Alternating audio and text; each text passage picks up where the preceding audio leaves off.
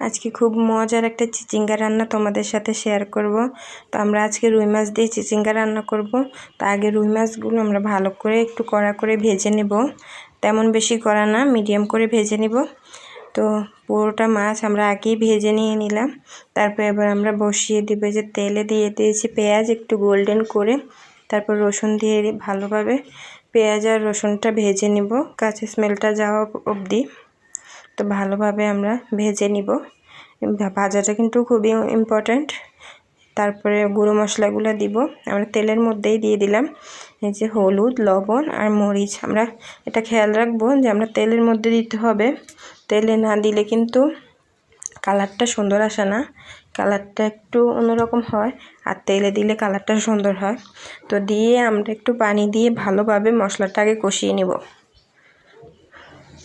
এখানে মশলার উপরে তেল ওঠা অবধি আমরা ভালো করে কষিয়ে উপর থেকে কেটে রাখা চিচিঙ্গাগুলো দিয়ে দিব। চিচিঙ্গাগুলো খুবই কচি ছিল, তো একটু কচি দেখেই কিনবেন। কচিগুলো যেভাবে রান্না করেন ওভাবেই খুবই মজা হয়।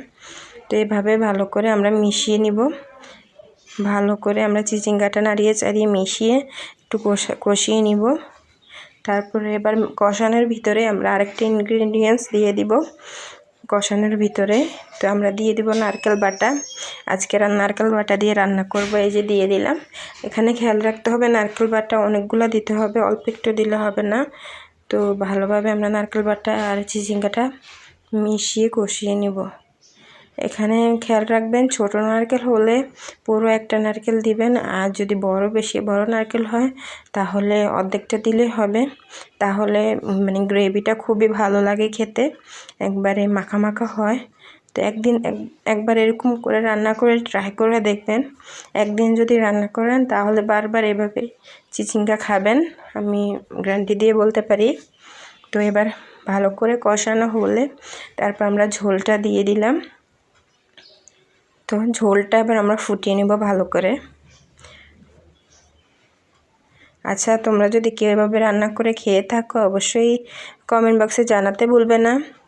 তো এই দেখো ভালোভাবে ফুটে গেছে আমাদের তরকারিটা। এটা কিন্তু খুবই একটা বেশি ঝামেলা না, নর্মালভাবেই রান্না করে নিতে পারবা। তারপর মাছগুলো উপর থেকে আমরা বিছিয়ে দিব সুন্দর করে। তারপরে এবার দিতে হবে উপর থেকে একটু জিরা গুঁড়া। তো এটা খেয়াল রাখবা যে অনেকে জিরা নেই বলে ধনিয়া দিয়ে দিলেও এটা কিন্তু হবে না, আর তাহলে কিন্তু টেস্টটাও পাবা না। তোমরা ধনিয়া কুচি দিবা না, এক হলে তোমরা ভাজা জিরার গুঁড়াটা উপর থেকে দিবা, আর না হলে কিছুই দিবা না, স্কিপ করবা পুরা, এভাবেই নামিয়ে নিবা। তাহলে কিন্তু তোমরা মানে খুবই ভালোভাবে খেতে পারবা। আমরা সবসময় এভাবে চিচিঙ্গাটা খাওয়ার চেষ্টা করি, খুব মজা হয়। অনুরোধ থাকবে তোমরাও একবার ট্রাই করবা। আল্লাহ হাফেজ।